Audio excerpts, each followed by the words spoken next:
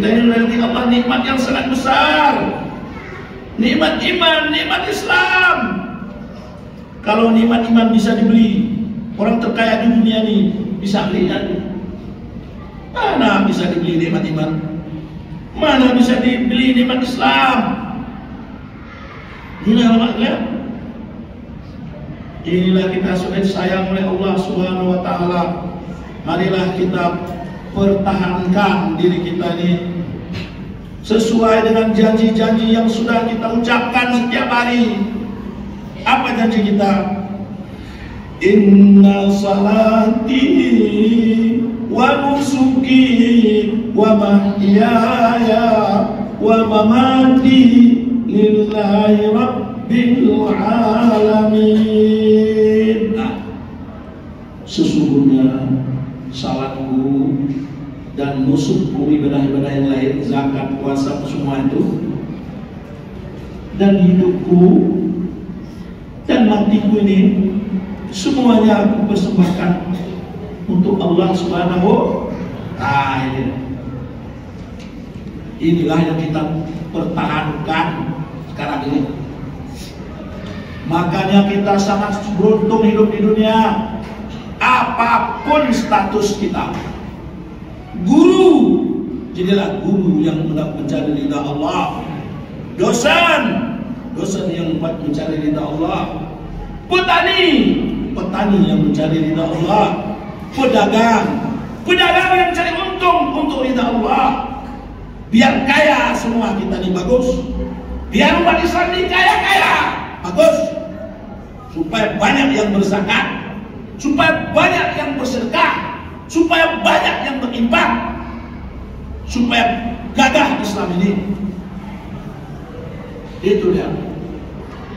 Kalaupun ada yang sedih, ada yang miskin, jadilah miskin yang taat. Bukan kemiskinan ini menjadi stempel untuk merampok. Oh, saya merampok ini, boleh bongkar ini rumah orang. Jangan. Miskin yang taat, miskin yang patuh kepada Allah, miskin yang malu meminta-minta, malu harga diri dia. Ini miskin yang hebat, masya Allah. Jadi kita pelajari, nggak susahnya kita ini hidup ini. Ini karena nggak dipelajari, susah. Akhirnya di sana susah, di rumah susah, di masjid susah, di pasar susah, di jalan susah, mana-mana susah, gelisah, mati cepat-cepat. Bisa. Coba kita dekatkan diri kepada Allah, tak susah. Jadi kaya senang, dengan kekayaan bisa tolong orang. Jadi orang pintar senang, dengan kepintaran bisa ngajar orang. Begitu dia. Ini jangan cari susah kemana-mana. Nabi mengatakan dia senang ya dalam perang, senang ya. Perang itu perintah Allah, katanya wajahidu bi amwalikum wa anfusikum. Berjihadlah kamu dengan hartamu dan dengan jiwamu. Wah, begitu genderang perang tak ada.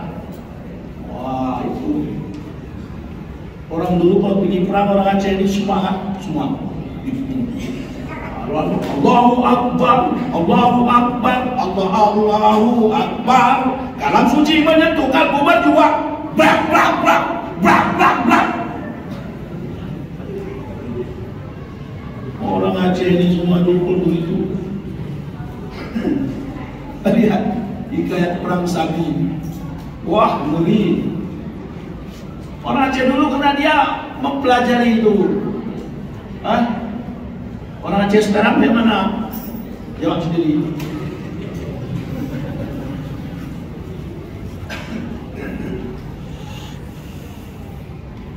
Jawab sendiri.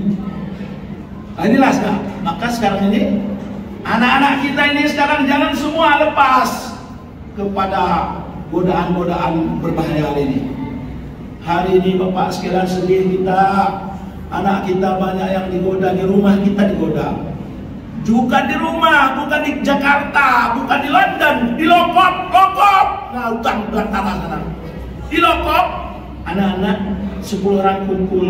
Ada satu bapaknya yang bisa beli HP, yang lain tengok situ. Dipanggil emaknya, nak, Salim, Usman, diam. 1 jam mamanya mati, manggilnya nggak datang-datang.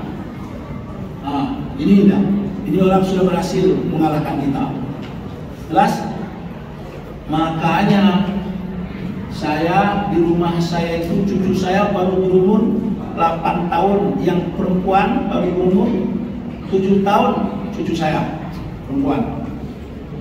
Dari mintanya itu HP neneknya, pelit kali nenek, HP aja nggak dikasih katanya.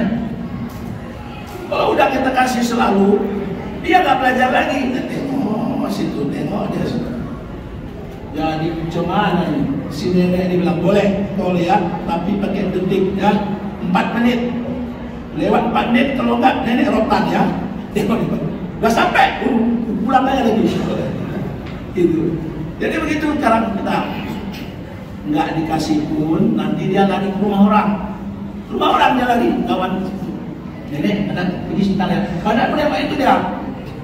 Inilah, makanya sekarang kita harus pandai cucu kita harus pandai dari dia. Itu sekarang.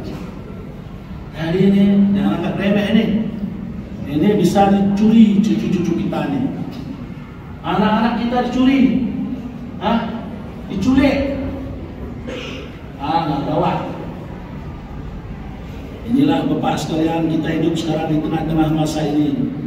Maka sangat-sangat haruslah kita ini berjihad besar, berjuang luar biasa ini. Ya. Jadi untuk apa ini kita di salat? Nah, ini saya sampaikan malam ini sedikit. Salat ini untuk membina pribadi kita. Pribadi kita ini masing-masing dibina dengan melakukan salat. Untuk apa dibina? Yang pertama, supaya kita bertauhid kepada Allah. Nah, berarti kita orang yang salat ini bertauhid. Arti tauhid mengesahkan Allah. Mengesahkan Allah. Allah memerintahkan kita ibadah kita karena Allah. Nah, itu dia. Jangan karena caleg. Nah, jangan ini, kalau ada mau caleg-caleg ini, dari sekarang salat terus. Jangan waktu mau caleg 5 bulan salat rajin. Ya, itu bukan karena Allah. Bertauhid. Jelas? Nyawa teh kena temahya. Ana jare dulu kah namu. Ana diri Pak Muslim. Ada lagi ya.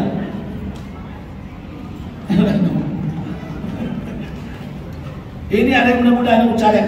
Dan sekarang terus nggak ada hubungan dengan itu. Itu dia. Lulus nggak lulus tetap kita salat.